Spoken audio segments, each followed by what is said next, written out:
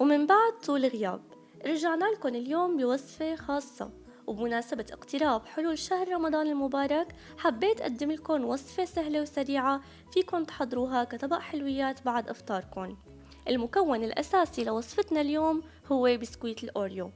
أول مرة اليوم بعمل معكم هاي الوصفة وكانت ناجحة جدا. رح نحضر مع بعض اليوم تارت الأوريو، خليكن معنا.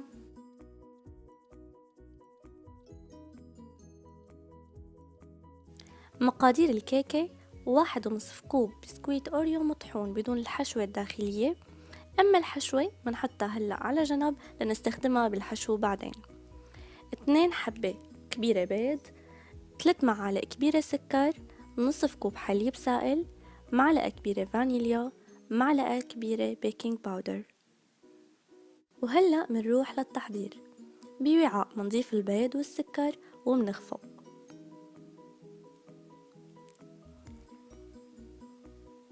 بعدين منضيف الفانيليا والحليب ومنكمل خفق.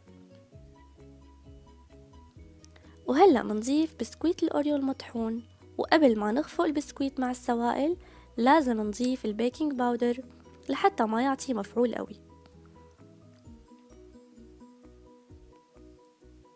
بعدين بندهن قالب التارت بالزيت، وحابة أنصحكم بهالمرحلة إنه بالإضافة للزيت رشوا رشة طحين أو ادهنوا القالب بالطحينية حتى ما يلزق معكم التارت أبدا.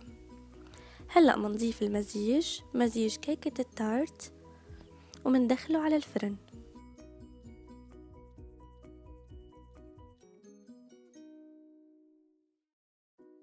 وهلأ بعد ما طلعنا التارت من الفرن منخليه يبرد تماما ومنروح لتحضير حشوة التارت.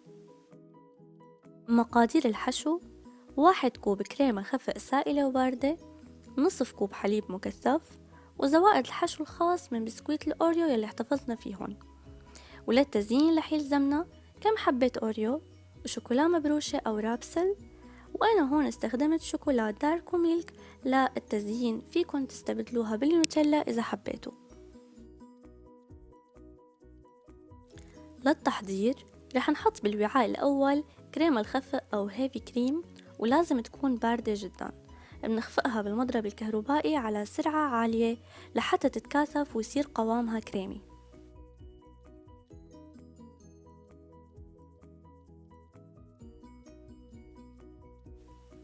وبعد ما خفقنا الكريمة وتكاثفت رح نحطها على جنب، وبوعاء تاني رح نحط كريمة الأوريو يلي محتفظين فيها ونضيف فوق الحليب المكثف. بعدين رح نخلط كل هذا الخليط بالمضرب الكهربائي مع بعض لحتى يصيروا خليط ناعم. بآخر مرحلة منضيف الخليط على الكريمة المخفوقة من قبل ومنكمل خفق شوي لحتى نحصل على قوام معتدل، ما بدنا يا سميك ولا بدنا يا كتير سائل، تماما مثل ما يكون شايفين بالفيديو. القوام هيك كتير ممتاز. وهلأ منيجي لمرحلة حشو التارت. بعد ما تركناه يبرد تماما وقلبناه رح نضيف حوالي نصف كمية الحشوة أو الكريمة، برأيي بتكون كافية. وبالسباتيولا رح نفرد الكريمة على التارت بشكل شبه متساوي مثل ما لكم شايفين. وهلأ منيجي لأحلى مرحلة واللي هي مرحلة التزيين. بالتزيين أنا اخترت أعمل خطوط من الشوكولا، مرة خد شوكولا دارك ومرة خد شوكولا ميلك، وكررت الخطوط لحتى غطيت كل سطح الكريمة. بعدين منجيب راس سكين ومنمشيها بكل نعومة بعكس اتجاه الخطوط يلي عملناها ليطلع عندي شكل ماربل، وأنا كتير بحب هالديكور للحلويات.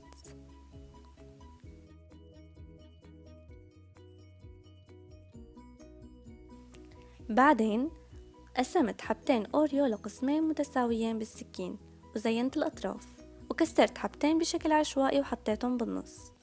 بعدين جبت الشوكولا المبروشة وزينت فيها لتكمل عندي هاللوحة الفنية يلي كانت اليوم برعاية أوريو. وهي كانت النتيجة النهائية، تارت أوريو ولا أروع.